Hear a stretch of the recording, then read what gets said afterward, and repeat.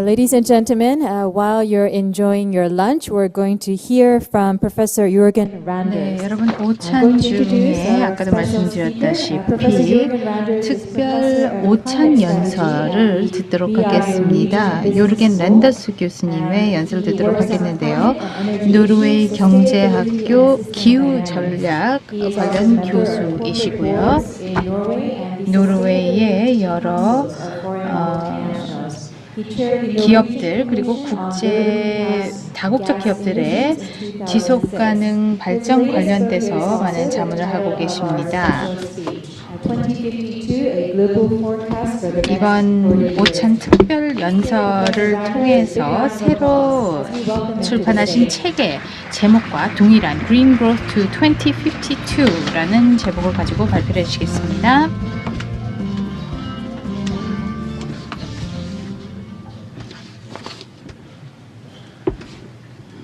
Good morning. 안녕하십니까 여러분. 무엇보다도 먼저 저를 다시 한국에 초대해 주신 것에 대해서 감사드립니다. 지난번 방문했을 때가 40년 전입니다. 아까 보셨던 사진 모습으로 제가 한국을 방문했었는데요. 그동안의 눈부신 발전과 성과에 대해서 대한민국에게 다시 축하의 말씀을 드려야 될 것 같습니다. 근데 제가 오늘 여러분을 축하드리기 위해서 온 것은 아니죠. 앞으로의 40년을 내다보기 위해서 저는 이 자리에 섰습니다. 출발점을 말씀드리면은 저희 세계 인류가 빈곤 내지는 기온 상승 2도씨라는 그런 목표 제한점을 달성하지 못할 거라고 저는 걱정되기 때문에 이 자리에 섰습니다. 앞으로 제 발표 시간을 거쳐서 앞으로의 40년간을 내다보는 그런 내용을 말씀드리겠는데요. 굉장히 현실감 있게 제가 이 전망을 하기를 바랍니다. 그래야지 사람들이 실질적으로 제가 말씀드린 내용을 믿고 이러한 미래를 회피하기 위해서 반드시 해야 될 행동들을 취하게끔 하는 것이 제 목표입니다.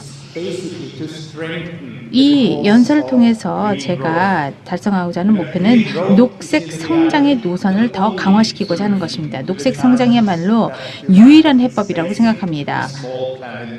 작은 지구라는 행성에서 인류가 살아나기 위해서 반드시 해결해야 될 문제가 결국은 인구 문제 그리고 녹색 성장의 문제라고 봅니다. 시작하도록 하겠습니다. 40년 전에 그러니까 제가 지난번 한국을 방문했을 시점이었죠. 그다시 제 동료들과 함께 책을 하나 썼습니다. 그게 바로 성장의 한계라는 책이었습니다. 성장의 한계 내에는 1970년에서부터 2100년까지를 내다보면서 12개의 시나리오를 제시했었습니다. 그 중에 6개의 시나리오는 좀 슬픈 문제점들을 포함하고 있는 시나리오였었죠. 자원의 제약 때문에 오염 문제 때문에 일어날 수 있는 부정적인 시나리오였습니다.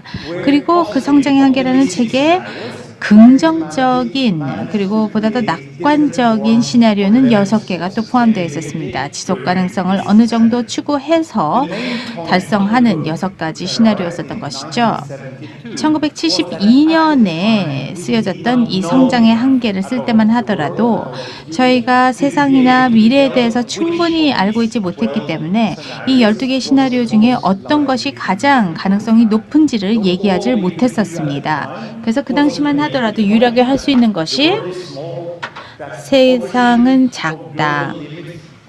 그리고 이런 글로벌 제약에 달하는 것이 21세기의 상반기에 일어날 가능성이 높다. 그리고 물리적으로 제약이 쥐어졌는데 그것을 극복하기가 어려울 것이다. 이렇게 얘기를 했었던 것입니다. 이제 40년 후 현재 시점을 보면은요, 훨씬 더 많은 정보를 우리가 알아내게 되었습니다. 1972년에 비해 보다 더 많은 데이터를 얻어내었던 것이죠. 너무나 많은 것을 알고 있기 때문에 이제는 어느 정도 전망을 할 수 있는 상황이 되었습니다. 앞으로 130년간 어떤 상황이 일어날 것이냐는 전망할 수 없겠습니다만 적어도 40년은 내다볼 수 있다는 것이죠. 기본적으로 광범위하게 앞으로 40년간 일어날 주요 내용들은 어느 정도 예측 가능한 상황이 되었습니다. 그래서 저희 세계 사회가 앞으로 40년간 어떤 의사결정을 내렸을 때 어떤 결과가 나올지는 전망을 할 수 있다는 것입니다. 그런 전망을 나열한 것이 바로 2052. 더 나은 미래는 쉽게 오지 않는다라는 이러한 새로운 책, 한글로도 번역이 돼서 나와 있는데요. 40년 전에 나왔었던 첫 책과 비슷하게 유사한 모델들, 유사한 그런 통계 수치들이 www.2052.info에 들어가시면은 관련되어 있는 내용이 다 나와 있습니다. 앞으로 40년간 일어날 내용들에 대한 전망을 할 때 기본적으로 세계를 5개의 지역으로 나눴습니다. 미국, 중국, 나머지 산업세계가 세 번째 지역, 네 번째는 이머징 국가들, 그리고 나머지 140개의 주요 작은 빈곤 국가들을 Rest of World라는 카테고리로 포함시켰습니다. 각각의 5개의 카테고리별로 전망을 했고 그것을 합해 놓은 것이 전 세계에 대한 전망이 된 것입니다. 바로 그 총 수치를 제가 말씀드리게 될 것인데 상세한 내용은 저희 웹사이트나 책을 읽어주시면 아실 수 있습니다. 간략하게 말씀드리면요.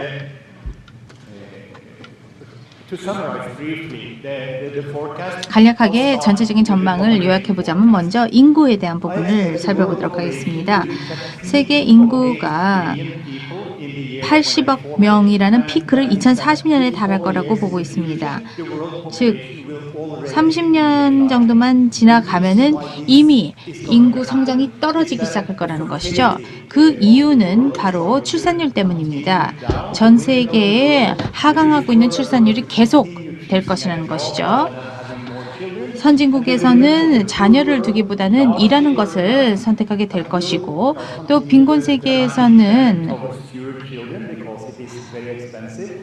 비용이 너무나 많이 들기 때문에 점점 더 자녀 수가 줄어들 수밖에 없을 것입니다. GDP, 빨간색으로 표시되어 있는 선이 되겠는데요. 잠재적인 노동력, 15세에서 60세에 해당되는 그런 사람들을 쭉 살펴본 것이 되겠는데요. 세계 경제 성장은 앞으로 40년간 그 속도가 많이 둔화될 수밖에 없는 상황입니다. 그 이유는 우선 첫 번째로서 노동력의 침체가 일어날 것이기 때문입니다. 뭐냐면 아까 말씀드렸던 인구의 성장 둔화가 일어날 것이기 때문에 인구 감소가 일어날 것이기 때문에 생산성의 증대가 일어날 수 없는 상황이 될 것입니다. 그렇기 때문에 GDP 성장도 둔화될 것입니다. 이미 선진국에서는 노동력을 1차 산업에서 2차 산업, 3차 산업으로 움직여 나갔습니다. 그리고 컴퓨터도 포함시켜가지고 생산성을 늘려나가고 이제 서비스라든지 헬스케어 쪽으로 더 많이 옮겨 나갔습니다. 앞으로 40년을 내다봤을 때 이렇게 복잡한 서비스 산업에서 생산성을 높여나가야 되는 것이죠. 하지만 이런 것은 힘들 것입니다. 그 결과 세계 경제는 2050년이 되면은 현재 시점보다 2배뿐이 늘어나지 않은 상황이 될 것입니다. 원래 속도를 그대로 적용한다면은 매년 3.5%가 지속된다면은 4배로 늘어났었어야 되는데 그것의 반뿐이 달성하지 못한다는 것이죠. 이 세 번째 슬라이드를 보면은 글로벌 소비를 보여주는 것입니다. GDP에서 미래 소비에 투자된 부분을 마이너스 시킨 것이죠. 소비 같은 경우는 2050년 정도가 되면은 정체로 들어가게 될 것입니다. 일단 GDP 성장이 둔하게 되기 때문에 그렇고 두 번째 이유를 보면은 글로벌 사회가 이제는 더 많은 돈을 복구 쪽에 투자할 수밖에 없다는 것입니다. 기후변화로 인해서 그 타격이 나타나게 될 것이고, 그러면 인프라와 도시의 재건이나 복구 관련되는 비용이 많이 들어갈 수밖에 없는 것이죠. 그리고 더 비싼 심해 석유 가스 발굴을 하기 위해서 더 많은 비용이 들어갈 수밖에 없는 것이고, 또한 오염 통제 및 관리 관련되는 투자도 더 많이 해야 될 것이기 때문에 소비는 줄어들 수밖에 없다는 것입니다. 그래서 이런 식으로 앞으로 40년간 의무적인 투자를 더 많이 진행해 갈 수밖에 없고, 그렇기 때문에 소비는 줄어들 수밖에 없는 것입니다. 글로벌 에너지 소비는 어떠냐?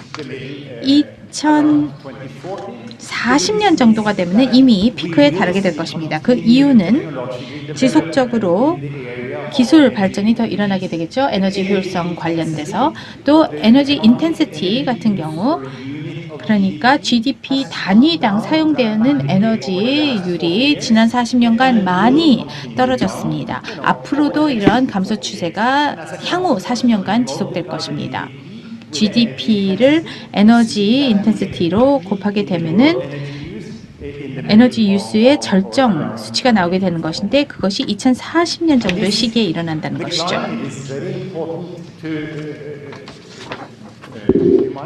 이런 맥락에서 한 가지 또 염두해야 될 것은 화석 연료 소비가 감축될 것이고, 그로 인해서 재생에너지가 점점 더 많이 도입되면서 이런 현상이 가속화될 것입니다. 풍력, 바이오매스, 솔라, 이런 많은 재생에너지 부분들이 전체 에너지 공급 중에서 약 40%를 달성하는 시기가 2050년이 될 거라고 보고 있고, 거기에 따라 석탄과 가스, 석유는 점점 더 비중이 줄어들 것입니다. 그게 석탄이나 석유, 가스 자원이 부족해서라기보다는 사실 지금에서부터 2050년까지 사용될 가스나 석탄의 매장량은 여기에 나와 있는 곡선부터 2배는 높습니다만, 일단 가격 자체가 워낙 올라가기 때문에 사용은 그만큼 줄어들게 된다는 것입니다. 이것을 알고 있기 때문에 미래에 이산화탄소 배출 관련되어 있는 전망도 쉽게 내려볼 수 있습니다. 보면은 2030년대에 이미 정점을 찍고, 그 다음에 다시 배출량이 줄어들 것으로 예상을 하고 있습니다. 물론 대부분의 협상 내용의 목표는 달성하기 힘들 것 같습니다. 50에서 80%까지 2050년을 전망하고 줄 것이 목표가 되고 있는데요. 사실 그 목표는 달하진 않을 것입니다만, 현재 배출이 매년 3%씩 늘어나고 있는데 2050년이 되면은 오히려 3%씩 연간 줄어들게 될 것입니다. 그리고 이러한 수치들을 알게 되면은 배출도 알 수 있고, 배출 수치들을 기반으로 해서 미래의 온도 상승에 대해서도 전망해 볼 수 있습니다. 현재 산업 시대 이전 마이너스 7도 정도 더 높은, 0.7도 정도 높은 상황인데요. 정점에 달하는 시기를 보면은, 그러니까 저희가 내다보고 있는 2050년 정도가 되면은 오히려 2도씨가 아니라 훨씬 더 높이 늘어나는 것을 볼 수 있습니다. 2080년 정도의 정점을 달하게 될 것입니다. 이런 내용들을 살펴봤을 때에 국제적으로 합의를 본 2도씨 상승에 대한 한계는 2050년에 당연히 넘어선다는 것이죠.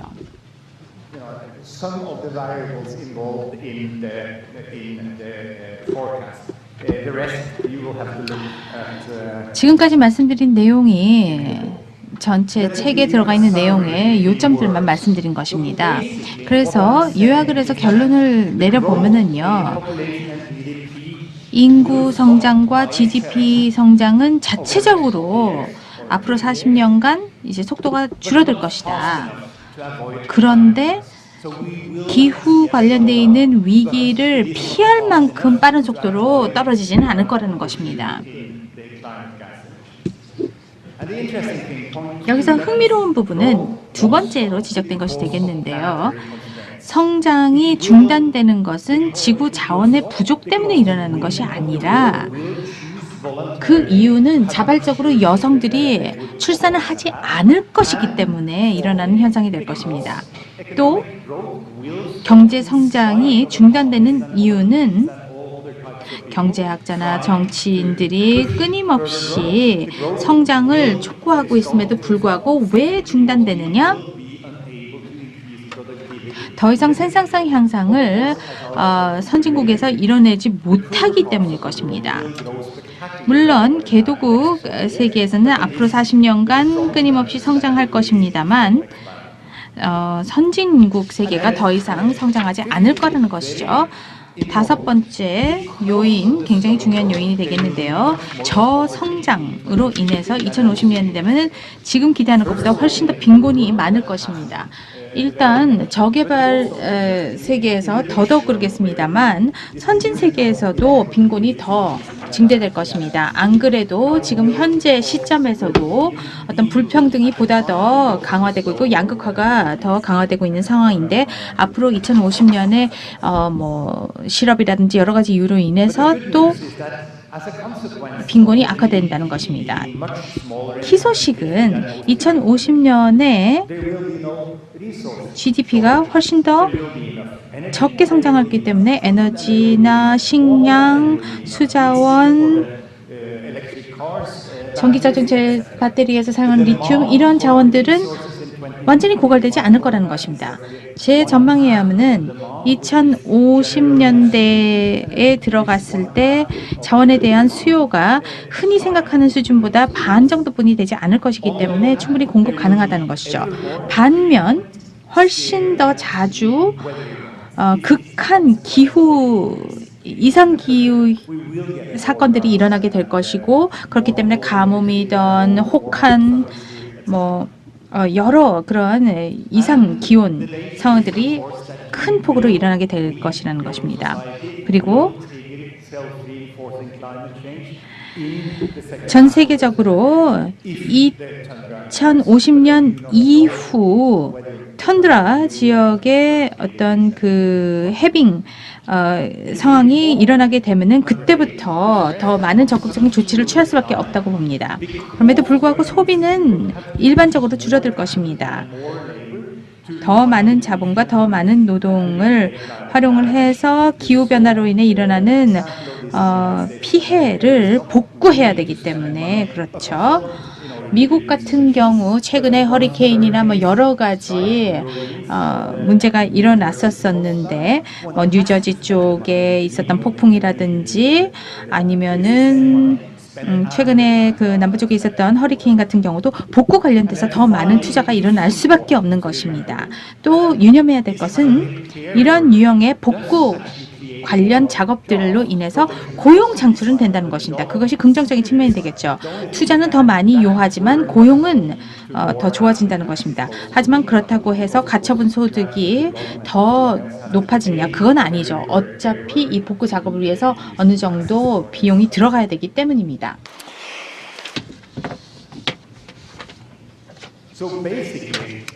따라서 기본적으로 미래는 소위 우리가 1972년에 시나리오 넘버 2라고 하는 것과 흡사한 모습이 될 것입니다. 그것은 당시에 그 폴루션 오염으로 인한 위기였었죠. 그리고 당시에 CO2는 하나의 오염원으로 간주되었습니다. 이것은 세계 평균이고요. 지역별 평균으로 다시 들어가서 보겠습니다. 사람들이 제일 관심이 있는 세후 가처분 소득을 기준으로 지역을 분류해 봤습니다. 지난 40년 그리고 향후 40년 동안 5개의 지역을 살펴보았습니다. 제일 위에 있는 것은 미국입니다. 미국은 생산성에 있어서 굉장히 좋은 성과를 올렸습니다. 가장 생산성이 좋은 국가이죠. 1인당 생산량이 제일 많습니다. 물론 디테일을 아시는 분들은 알겠지만 지난 30년 동안에 미국인들은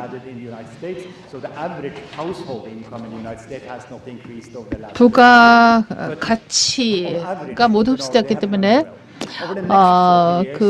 전체적으로 생산성이 좋아졌습니다. 그리고 미국은 2010년이 지나면은 조금 소득이 줄어들기 시작하는데요. 그것은 미국 경제가 세계에서 가장 성숙이 되었기 때문에 대부분의 노동력이 생산성을 늘리기 가장 어려운 부분으로 이동을 했기 때문입니다. 또 하나는 미국은 대부채가 아주 크죠. 주로 그 중국에 대한 부채가 많은데 다른 국가에도 많고 그러한 그 부채를 상환해야 되기 때문에 상당히 많은 부가 잠식될 것입니다. 세 번째 이유는 미국이 그 의사 결정 시스템 자체가 기능이 제대로 작동되지 않기 때문이죠. 미국에서는 의사결정을 하는 것이 굉장히 어렵습니다. 향후 40년 동안 소득 이중, 부의 이전을 위한 주요한 의사결정을 해야 되는데 그 의사결정을 하지 못할 것이기 때문에 전체적으로 생산성이나 1인당 생산량이 40년 후면은 현재보다 현저하게 떨어질 것이라고 보는 것입니다. 초록색은 나머지 지역을 뜻하는 것으로서 그 노르웨이와 한국도 여기에 포함됩니다. 향후 40년 동안 이 국가들의 상황은 비슷하게 남을 것입니다. 미국과 상황이 비슷하죠. 우리들도 비교적으로 성숙된 경제입니다. 그래서 어떤 그 솔루션에 있어서는 미국과 비슷하겠지만은 미국처럼 대부채가 많지는 않죠. 그리고 유럽과 같은 경우에도 완벽하지는 않지만 적어도 의사결정을 가끔 해낼 수 있는 의사결정 시스템을 갖고 있습니다. 그래서 조금은 다르죠. 가장 여기서 승자로 나오는 것은 빨간 선으로 표시된 중국입니다. 중국은 1인당으로 봤을 때 40년 후 5배 정도 더 부자가 될 것이고 유럽 수준에 근접할 것입니다. 이것이 어떻게 가능하느냐? 그 이유는 중국의 공산당과 또 일반 중국인들 간에 가급적 빨리 부자가 되겠다는 그 목표를 공유하기 때문이죠. 그래서 이런 이익이 일치하기 때문에 한동안 중국 사회의 조화가 유지됐고 그래서 40년간에 비교적 잘 번영할 것이라고 보는 것입니다. 그와 함께 이 브리즈라고 하는 것은 인도, 브라질, 나이제리아 등 40개의 신흥시장을 합한 것입니다. 그래서 1억 이상의 인구들을 그를 가진 국가들을 합한 것인데요. 이 브리즈의 경우에는 한 절반 정도는 중국과 한국과 일본의 예를 따라서 경제를 시킬 수가 있을 것입니다. 생산성도 높이고 또 산업화된 사회가 될 것이고 나머지 절반은 실패할 것이기 때문에 평균적으로 이 와인색 선이 나오는 것입니다. 노란색은 140개의 소규모 국가들을 상징합니다. 이 국가들은 역시 지난 40년과 비슷하게 성과를 올릴 것이라고 봅니다. 1970년에는 1인당 그 소득이 1달러였고 현재는 2달러가 됐는데요. 2050년이 되면은 2배로 늘어나서 4달러에 불과할 것이라고 봅니다. 이런 것이 5개 지역의 발전 추이를 분류를 해서 본 것이죠.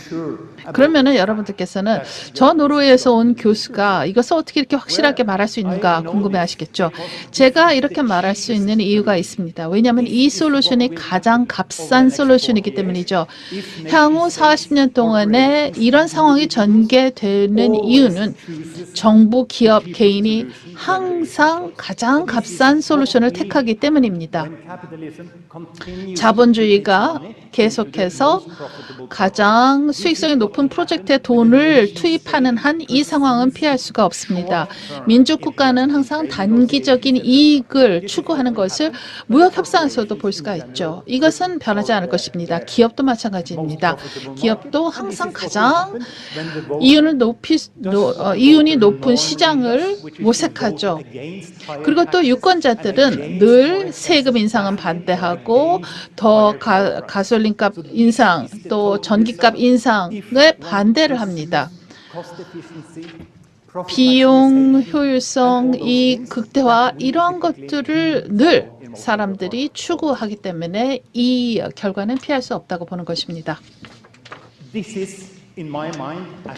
제가 생각했을 때 이것은 참으로 비극적인 미래입니다.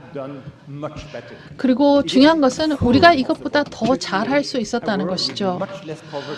훨씬 빈곤이 없고 기후 변화도 우리가 예상하는 것보다 훨씬 덜한 그런 세상을 만드는 것이 충분히 가능했다는 것이죠. 기후 변화를 해결하려면은 전 세계 노동 인구 그리고 자본의 2%만 옮기면 됩니다. 현재 가솔린 자동차를 만드는 부분에서 전기 부문으로 2%의 노동력을 옮기고 자본도 2%를 옮기는 것이죠. 그래서 더티 섹터에서 클린 섹터로 이렇게 2%를 옮기는 것입니다. 가스 화력 발전소에서 일하는 사람과 거기에 들어가는 자본의 2%를 또 이 청정 에너지 쪽으로 옮기고 이러한 방식으로 더티에서 클린 섹터로 2%만 사람과 돈을 옮기면 되는 것입니다. UNEP의 녹색 보고서에서 바로 이것을 얘기를 했는데요. 2년 전에 나왔던 보고서였죠. 그때 나왔던 수치가 2%였습니다. 투자도 2%만 이 녹색 부문으로 옮겨가면 된다는 것이죠. 그러면 충분히 문제는 해결된다고 말했습니다. 그러나 2%는 값싼 편임에도 불구하고 아무것도 안 하는 것보다는 더 비싼 것이 사실입니다. 그래서 제가 생각했을 때 우리는 아무것도 안 할 것이라고 생각합니다. 왜냐하면 우리는 항상 단기적으로 생각을 하기 때문이죠. 가장 값싼 솔루션을 택하는 것이 인간 본성인데 1, 2% 투자를 이전시키는 것보다는 아무것도 하지 않는 것이 훨씬 값싸기 때문이죠. 이것이 가장 큰 문제입니다. 따라서 근본적인 문제는 결국 인간의 단기주의입니다. 우리 대부분 사람들은 희생을 할 용의가 없습니다. 좀 더 나은 세계를 만들어서 후세계에 물려주기 위해서 내가 무엇을 희생을 해야 된다면은 안 하려고 합니다. 계속해서 기후변화에 대한 해결책을 지연을 하고 있지 않습니까? 따라서 20년, 30년에도 마찬가지 상황일 것이라고 보고 이 후세를 위한 좀 더 나은 세계를 만드는 것 자체가 불확실하기 때문에 대부분의 사람들은 지금 희생하는 것을 하지 않겠다고 결정하는 것입니다. 그런데 굉장히 역설적인 것은요. 인간의 본성 자체가 단기주의이기 때문에 그것이 그대로 자본주의와 또 민주주의 체제에도 반영되고 있는 것입니다. 사람이 본질적으로 단기주의이기 때문에 민주주의 또 자본주의에서 어떤 결정이 이루어질 것인가를 예측하는 것은 쉽습니다. 그렇기 때문에 40년 후에 어떻게 될 것인가 제가 전망을 할 수가 있는 것이죠. 여기에서 안타까운 것은 이런 단기주의가 쉽게 바뀌지 않는다는 것이죠. 그리고 또 이 맥락에서 안타까운 것은 향후 40년 동안에 어떠한 기후 변화 위기가 있다 하더라도 민주주의와 또 자본주의를 바꿀 만큼 심각하지는 않을 것이라는 그것 때문에 앞으로도 계속해서 우리는 크게 행동을 변화하지 않을 것이라고 봅니다. 그럼 이것은 녹색 성장이 어떠한 의미를 갖는가 보겠습니다. 먼저 녹색 성장과 녹색 경제가 어떻게 다른가를 기억할 필요가 있습니다.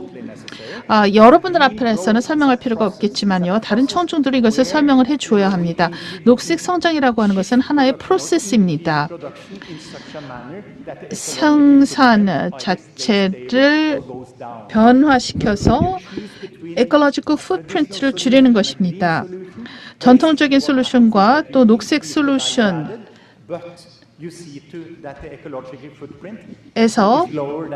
녹색 솔루션을 택한다면은 전통적 솔루션에 비해서 에컬로지컬 풋프린트는 적습니다.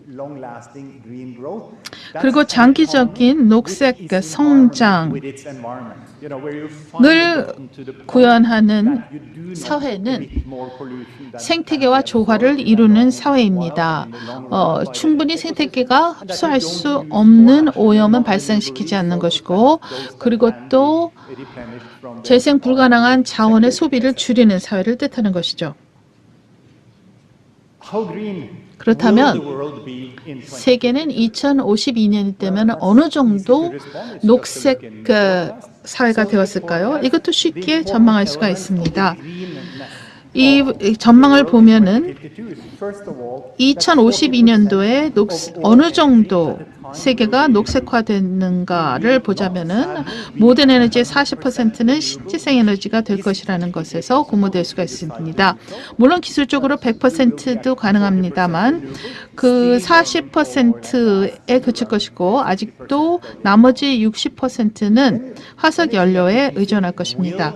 에너지 효율성은 상당히 많이 개선이 되었을 것입니다. 따라서 GDP 원단위 소비하는 에너지는 30% 줄어들 것이고요. 기업, 가계 부문, 또 정부 부문에서의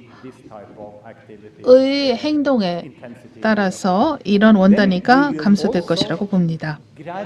그와 함께 우리는 경제 논리와는 반대 방향으로 이 풍력, 태양에너지 같은 것을 시장화함으로써 에너지 소비를 30% 줄일 것입니다. 그리고 그때가 되면은 GDP의 12%를 비재량적인 지출로 쓰게 될 것입니다. 다시 말해서 이 고갈이라든가 또는 그 외의 기후변화 같은 것 때문에 쓰지 않을 수 없는 지출을 뜻합니다. 예를 들어서 원유를 채취하기 위해서 해양으로 가야 된다든가 이런 것 때문에 늘어나는 지출을 뜻하는 것이죠. 또 대부분 부국에는 그때는 중국도 포함되는데요. 이때 오염을 억제하기 위한 여러 가지 시설을 해야 될 것입니다. 이것도 non-discretionary spending에 들어갈 것입니다. 그와 함께 기상이변이 늘어날 것이기 때문에 또 역시 비재량적인 지출이 나갈 수밖에 없습니다. 복구 작업이 필요하기 때문이죠. 그와 함께 생물 다양성도 소실이 될 것인데 그것도 어려운 문제이지만 계속 노력은 해야 되기 때문에 지출이 있을 것입니다. 따라서 향후 40년 동안의 녹색 성장은 바로 이런 결과를 가능하게 만드는 것인데요. 오늘날에 비해서는 변하지만 그것으로는 불충분합니다. 그럼 우리가 좀 더 할 수 있는 것이 있을까요? 예, 있습니다. 얼마든지 녹색 성장을 좀 더 촉진하고 활성화할 수 있는 것이죠. 그렇게 되면은 이런 부분적인 해결이 아니라 완전한 해결도 가능할 것입니다. 그리고 이것은 한 가지를 의미합니다. 사회를 설득을 해서 녹색 솔루션이 가장 값싼 솔루션에 비해서 비쌈에도 불구하고 그것을 반드시 택하도록 만들어야 됩니다. 설득이 필요한 것이죠. 사실 뻔한 사실임에도 불구하고 언급되지 않는 것이 있습니다. 그것은 그린 솔루션 자체가 정상적으로 더 비싸다는 것이죠. 그렇다면 이 부분에 대규모 투자가 이루어지려면은 뭔가 보조를 하거나 또는 입법을 통해서 그런 투자를 끌어내야 되는 것이죠. 예를 들어서 리스크라든가 수익률 때문에 이런 녹색 솔루션에 대한 투자가 저조한 것입니다. 이것으로 제3의 포인트로 이어지는데요. 새로운 이름이 필요합니다. 글로벌 사회는 특히 부국은 좀 더 미션 드리븐, 사명감을 기반으로 한 투자를 해야 됩니다. 지금은 이익을 기반으로 투자를 하죠. 현재까지는 유일하게 투자 결정을 하는 데 있어서 중시되는 것은 수익성입니다. 그러나 앞으로는 달라져야 됩니다. 투자 결정을 할 때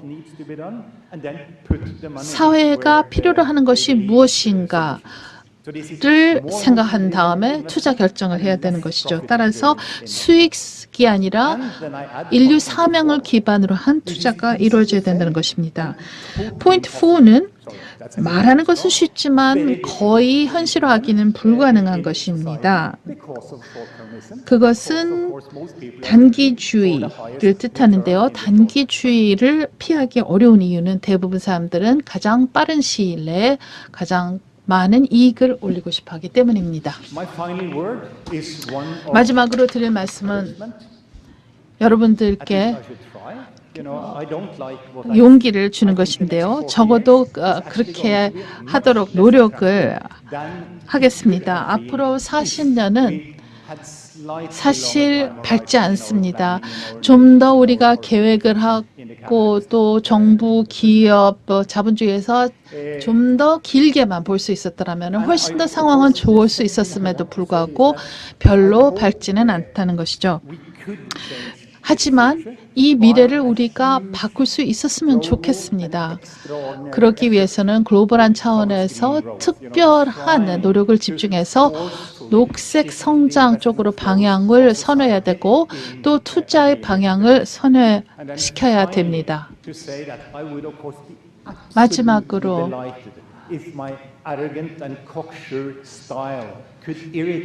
제가 말하는 말이 너무 여러분들의 신경에 거슬려서 여러분들의 행동을 바꿀 수 있으면 그보다 더 좋은 것은 없을 것입니다. 감사합니다. Thank you very much, Professor. 네, 감사합니다, 교수님. 아주 To all of us to try to work 많은 영감을 받은 세션이 아닌가라고 생각이 됩니다. 지금 말씀하신 것을 저희가 반증할 수 있을 만한 액션을 취할 수 있었으면 좋겠습니다. well, the professor is willing to take some 교수님께서 질문 있으시면 질문을 받으신다고 그러네요. you raise your hand. I think 손을 들어주시면은 to yes, 저희 microphones. 마이크를 전달하도록 하겠습니다. 질문 있으십니까? 중앙의 여성분 마이크 전달 부탁드릴게요.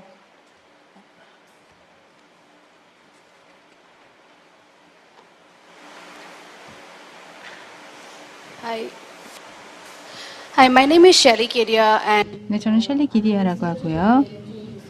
에너지 리소스 인스티튜트의 연구원으로 뉴델리에서 활동하고 있습니다. 제 질문은 교수님께서 전망을 내리실 때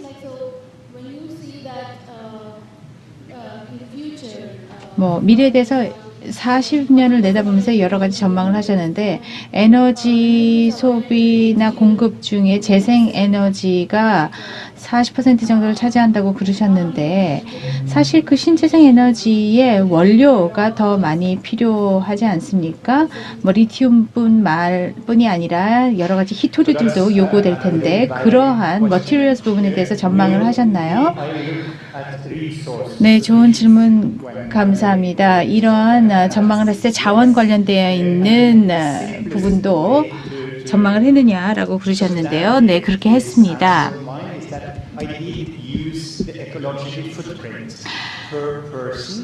저는 1인당 생태계 풋프린트를 살펴보았습니다. 어느 정도의 식량, 어느 정도의 자원을 1인당 지금까지 사용을 해왔는지 지난 40년간 그것을 역사적으로 회귀 분석을 하고 거기에 대한 수치를 기반으로 해서 미래를 전망했었던 것입니다. 그런데 참 희소식이 있었는데요. 충분한 지구의 생태 자원 가용성이 있다는 것이었습니다. 최대한 생각해보더라도 2040년까지 인구가 80억 명 정도가 될 텐데 상당 수준의 빈곤이 2050년에 있을 것입니다. 그래서 그런 것을 다 감안해 봤을 때 자원이 그나마 충분하다는 것이죠. 만약 100억 명의 사람들이 2050년까지 있었고 뭐 포르투갈이나 뭐 남유럽 국가들의 수준으로 다 부자였다라고 한다면은 문제가 됐겠죠. 그런데 뭐 이런 좀 부정적인 요소들로 인해서 오히려 긍정적인 전망이 나올 수도 있었던 것이죠. 인구가 너무 많지 않고 또 빈곤도 어느 정도 있기 때문에 물론 빈곤층에게는 좋은 상황은 아닙니다만 전체적인 자원 소비 풋프린트는 아직은 견딜 수 있을 정도라는 것입니다. 네, 질문 또 있었나요?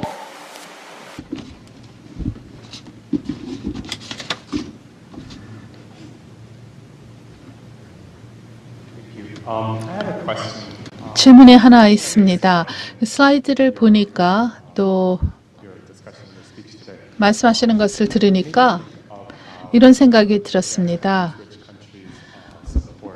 부국들이 어떻게 개도국들에게 그 개발 협력을 지원하고 있는가, 특히 에너지 분야에서 개발 협력 원조를 하는가를 생각을 해봤는데요. 대부분의 ODA는 전통적인 non-renewable 에너지로 가고 아주 소액만이 renewable로 들어가는데요. 왜 이런 것이 지속되는지 그 이유가 무엇이라고 생각하십니까? 선진국들이 이렇게 녹색 성장과 또 지속 가능성을 중시함에도 불구하고 왜 이런 상황이 벌어지는 것이죠? 예, 좋은 질문이 또 하나 나왔는데요. 제가 만약 그 디테일한 차원에서 권고안을 말씀드릴 수 있었다면은 제3의 안으로 제가 권고하는 것이 바로 이것이라는 것을 들었을 것입니다. 다시 말해서 에너지 부분에서 부국들이 해야 되는 것이 무엇이냐?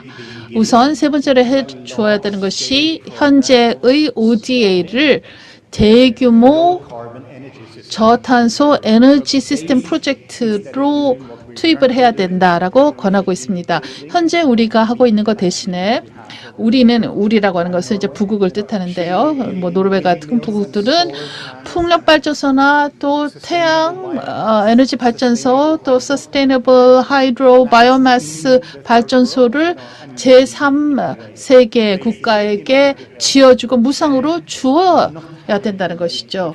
그렇게 되면은 가장 값싼 단기주의적인 솔루션을 택하지 않아도 되겠죠. 다시 말해서 석탄을 기반으로 한 에너지 시스템으로 가지 않아도 된다는 것이죠. 대부분의 원조금이 이 석탄 화력 발전소로 가는 이유가 바로 이것이 가장 값싼 솔루션이기 때문이죠. 값싸게 투자 대비 가장 많은 킬로와트를 얻어내고 싶은 것입니다. 하지만 맞습니다. 그렇게 해야 합니다. 네, 마지막 질문 하나만 더 받도록 하겠습니다. 앞쪽에 계신 분께 마이크 전달해 주시기 바랍니다. Sorry. Hi, my name is Morten. I'm 네, 저는 베스터스 윈드 시스템에서 왔습니다. 워런이라고 하고요. 교수님께서 아주 훌륭한 발표를 해주셨는데요.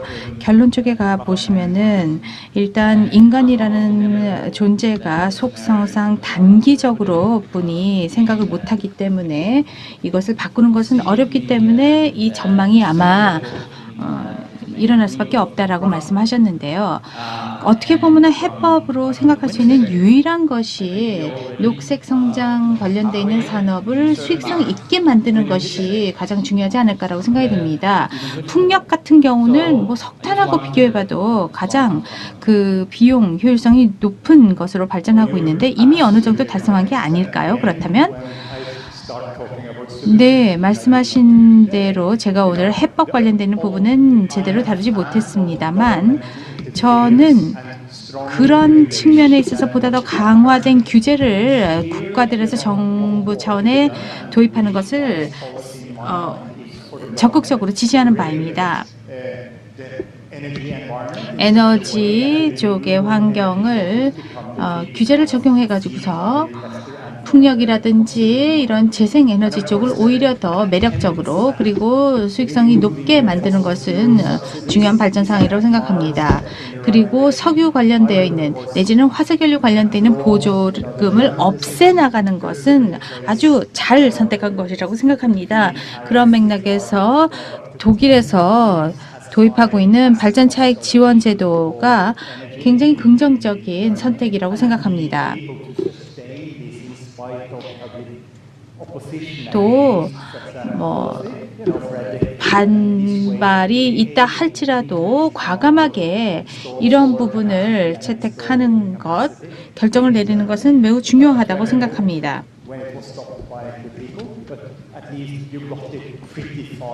뭐